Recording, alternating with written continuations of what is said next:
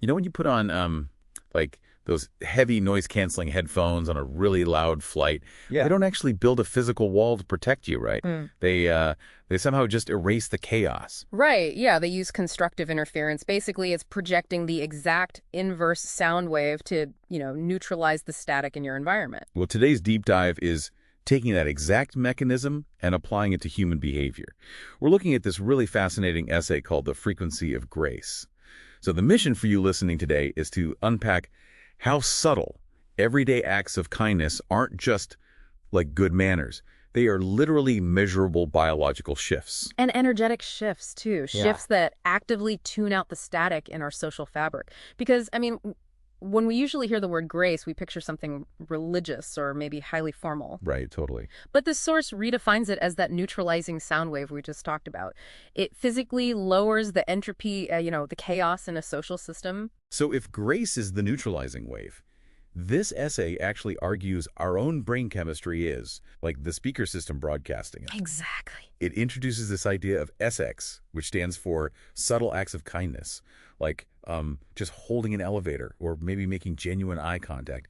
Doing that triggers what they call a helper's high. Yeah, and we aren't just talking about some vague mood boost here. It's a literal flood of chemicals. You get oxytocin to drop your blood pressure, dopamine to signal reward, and serotonin to induce peace. Okay, but wait.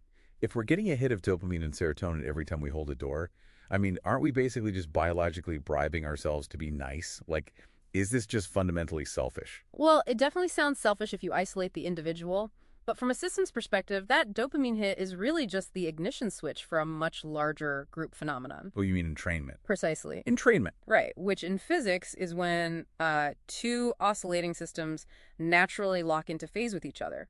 Yeah, so when your brain is swimming in those stabilizing neurochemicals, your physical presence actually projects a calmer frequency. You literally entrain the people around you. Wow, so that's the biological mechanism behind why, like, one grounded person can walk into a tense meeting and just de-escalate the whole room without even saying a word. Exactly. That internal chemistry kind of leaks out and alters the immediate space. And the source actually scales this up using math to show how it moves through society. Oh yeah, the formula. They model it with an equation where the initial gesture is multiplied by a coefficient of resonance. Right. The math treats kindness less like a metaphor and more like, well, like a virus with a transmission rate way above one. When you offer a subtle act of kindness, you're sending a validation signal. Which is proof that you see the other person's humanity. Yes. And that signal is so powerful that the person receiving it is mathematically highly likely to replicate it. It causes this exponential compounding spread. It's literally like a row of tuning forks. Striking one doesn't just push air around, it forces the metal of the next fork to vibrate at the exact same frequency. Which is so crucial right now, especially given the incredible amount of digital and social friction we deal with daily. Grace operates as the ultimate social lubricant. Yeah, it's a pattern interrupter. It forces a break in that automatic tit-for-tat negativity. And energetically speaking, it is the most efficient use of human effort. Because the energy required to initiate it is almost zero. I mean, just a nod or a quick thanks. But the decay rate is remarkably slow.